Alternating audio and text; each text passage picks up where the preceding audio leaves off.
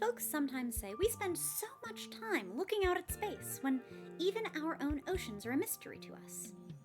Well, hold my space beer, said NASA, because the Earth is in space, and so technically that does count within NASA's domain.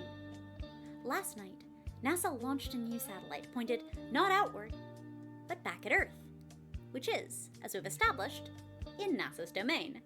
So, let's talk about the PACE satellite, how it works, and what it's looking for, because NASA agrees our planet may contain science. In this case, it's phytoplankton, aerosol, cloud, and ocean ecosystem science. That's what PACE stands for. It's a nearly $1 billion satellite that survived 4 assassination attempts by the previous White House administration to cancel the program. But here we are, launching at last. So first, what kind of instrumentation does PACE have, and why is it so special we need to add yet another satellite to our very full orbit? Well, we've talked before about different types of spectral instrumentation and what they're good for. For instance, there are radio telescopes like the Very Large Array. Well, technically that's not just one radio dish, it's an array of them, and it's very large.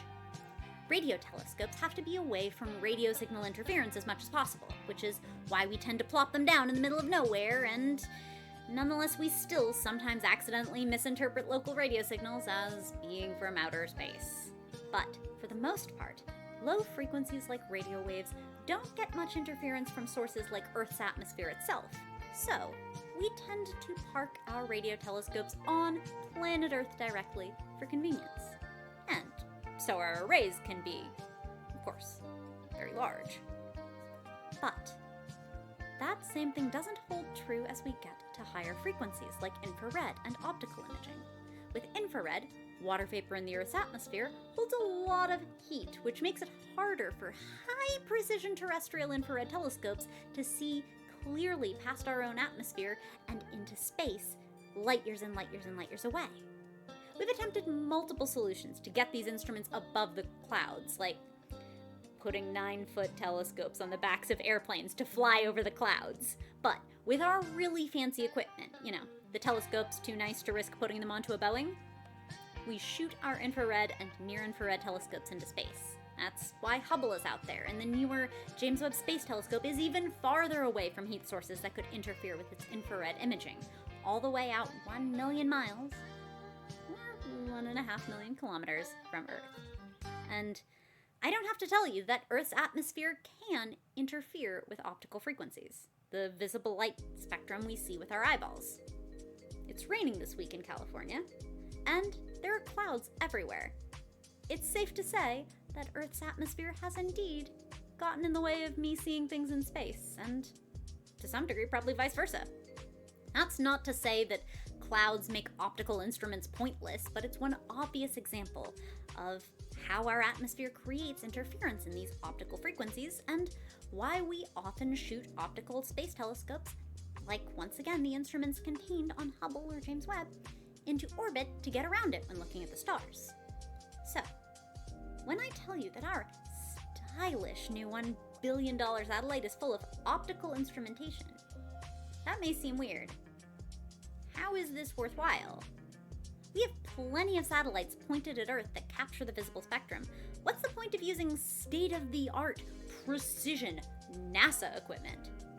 Won't all the useful information from such extra high-tech equipment be wasted on Earth's atmosphere?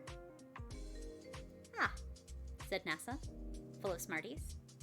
But what if the atmosphere is the useful information? Different types of clouds have different spectral signatures depending on their size, shape, altitude, and composition.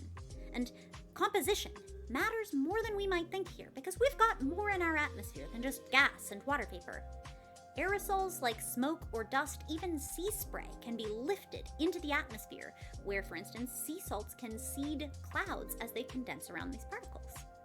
We know that aerosols play an important role in our climate.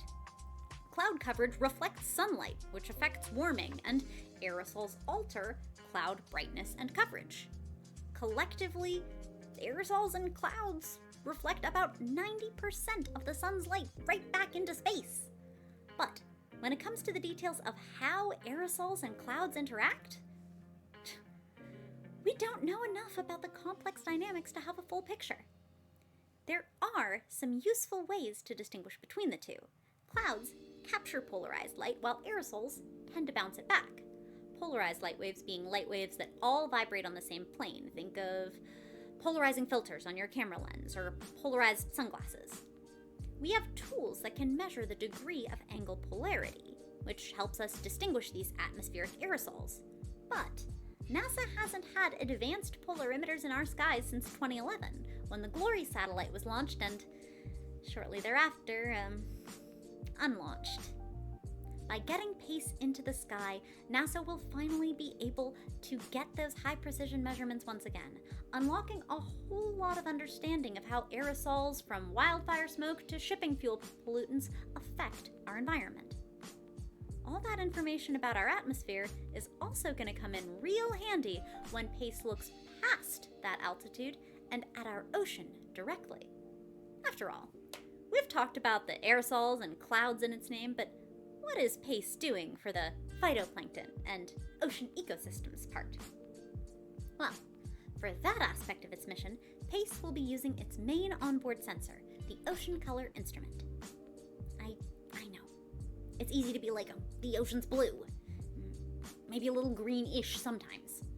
And honestly, both our eyeballs and most optical instruments would pretty much agree with you. We've had ocean color satellites since 1978, but they've only ever been able to look at a handful of bands in the optical spectrum. PACE is built different. It's hyperspectral. And that's not just some sort of sci-fi we put hyper at the front of the word to make it sound more futuristic. No. As we can see in this visualization of the ocean's harmful algae bloom, or HAB as referenced here, PACE is a huge boost to ocean color imaging. Before, we only had a handful of visible bands to pick up information, but PACE has 200, and that's wildly more color precision. For reference, most humans have 3 types of cone cells in the eye: red, green, and blue. We process color based on how much activation each photoreceptor gets. If the red cone is super activated, not really much green or blue, you're probably looking at something red. But if your red and green cones are getting a little bit of each, you're looking at a color between the two, like a yellow or orange.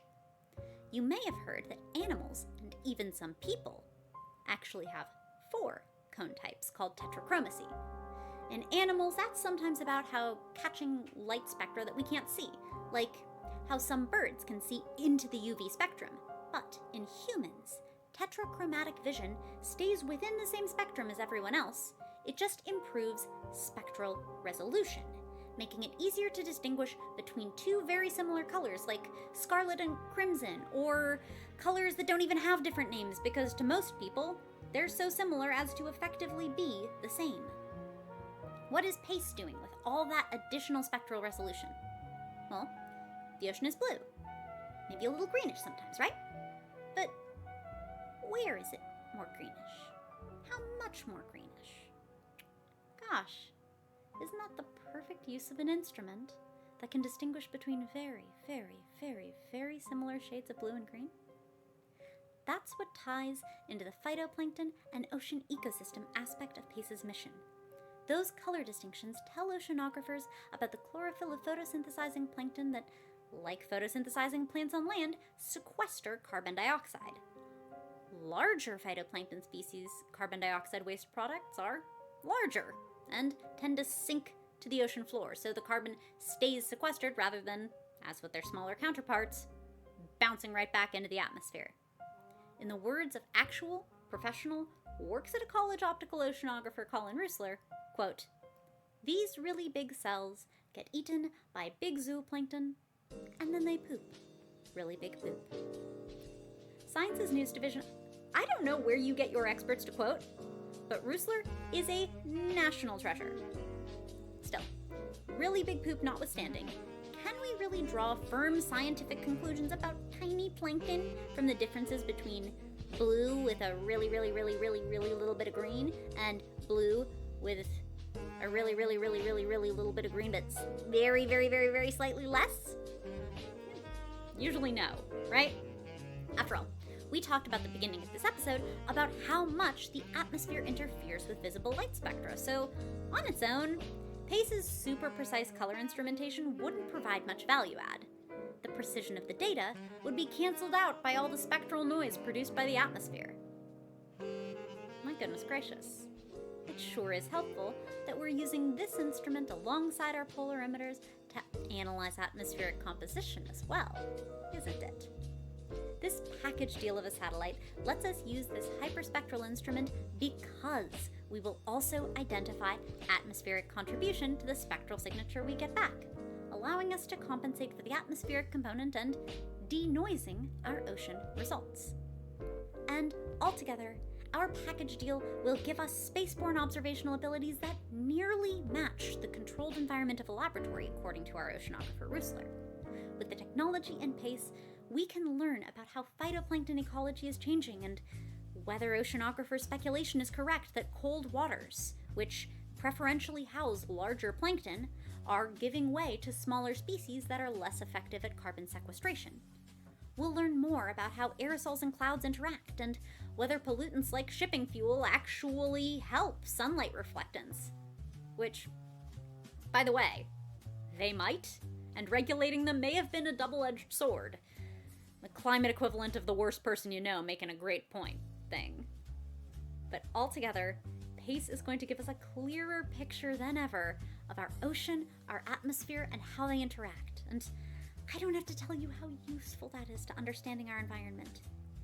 PACE may not have kept pace with its initial launch schedule, but we're so glad it's getting up there now. All in glorious hyper-technicolor.